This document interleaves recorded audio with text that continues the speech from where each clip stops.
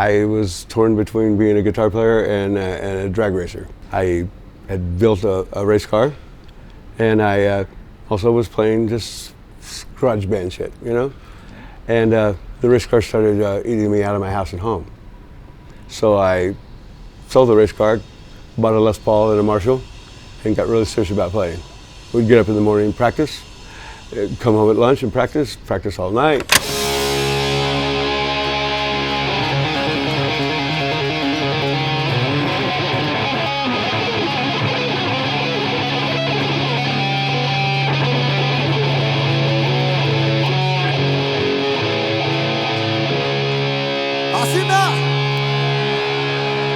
Where's Kenny?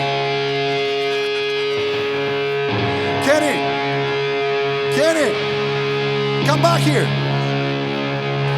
Kenny.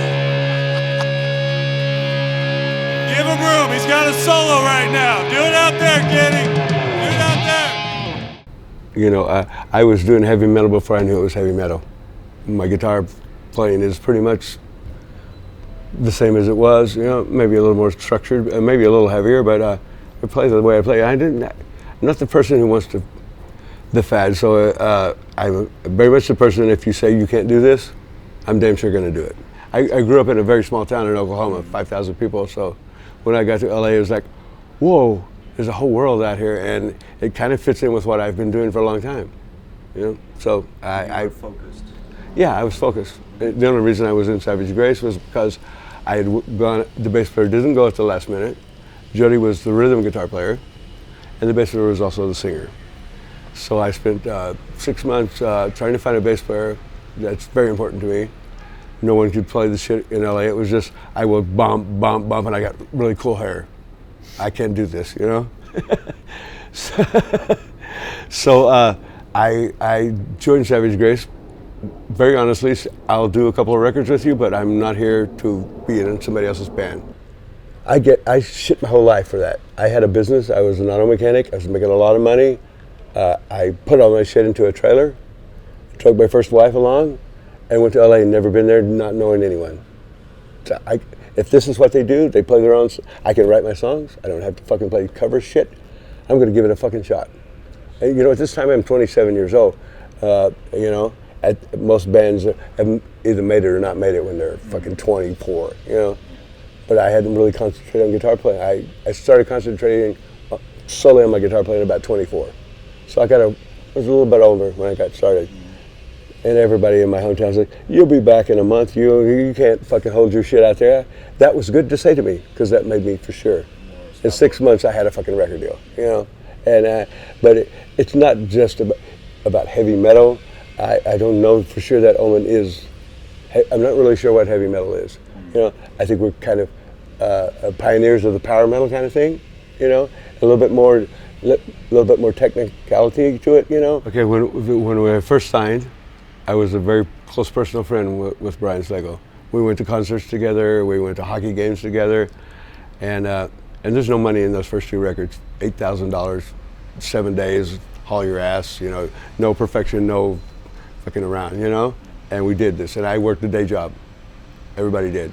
I would go from my job, take a shower, go to the studio, get home at 5 or 6 in the morning, and go to work. And we were very close. And then when the Capitol thing came in, it started becoming more corporate. Yes, we had more money. We had some money to record with. But then there's a lot of people around, and it destroyed my personal relationship.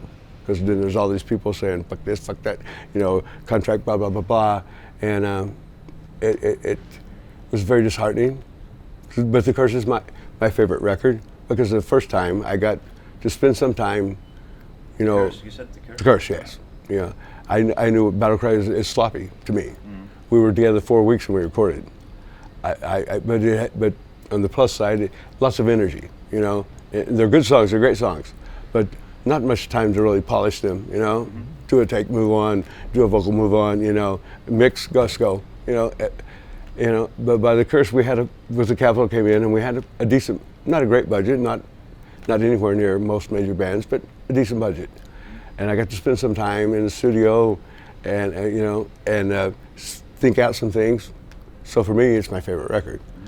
Maybe it's not the favorite record for all fans, because it's a bit more technical and it requires a little more thought. And you know, battle cry is just boom, I'll punch you in the face. You know?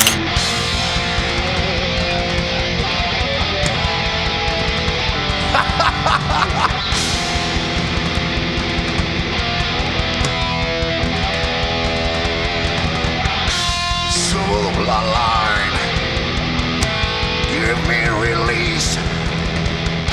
The undead are screaming for vengeance and for pain. I only started getting recording royalties from these records about 5 years ago. The first two, they were $8,000. They sold everywhere. I signed these things everywhere. And finally, my wife got really pissed off. She started harassing people. You know, because I would call them and say, hey, I'm signing all these records for 18-year-old kids. They didn't buy them in the 80s. Oh, well, they're bootlegs.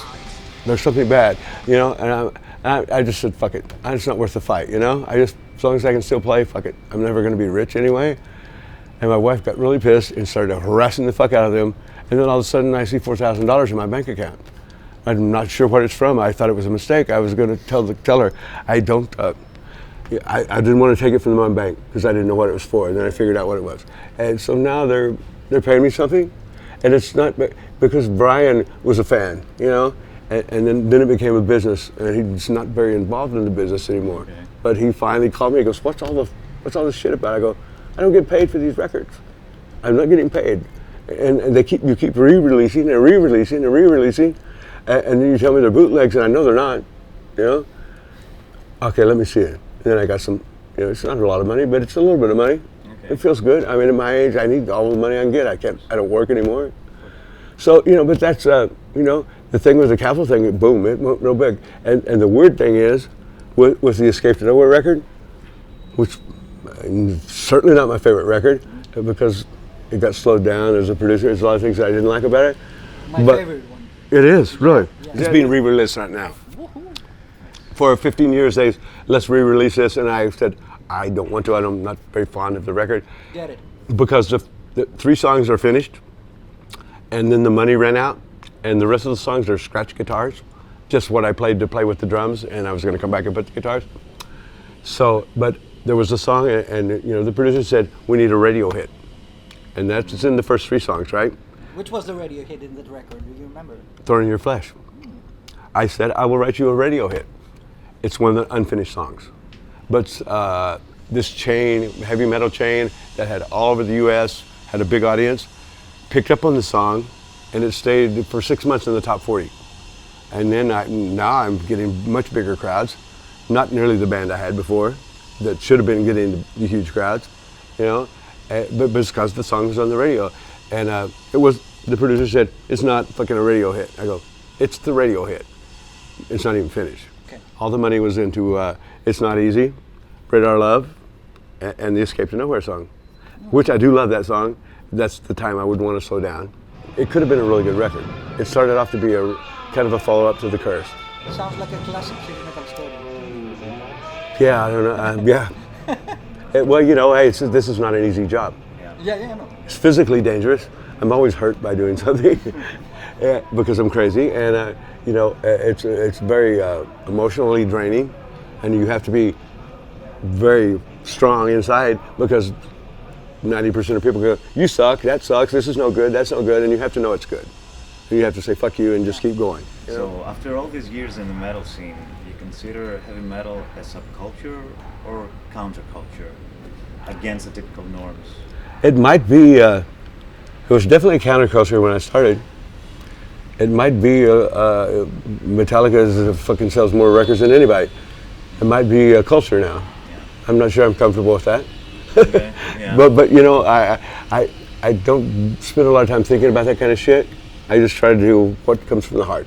That's important. So if they don't call me heavy metal, that's okay. If they do call me heavy metal, it doesn't matter.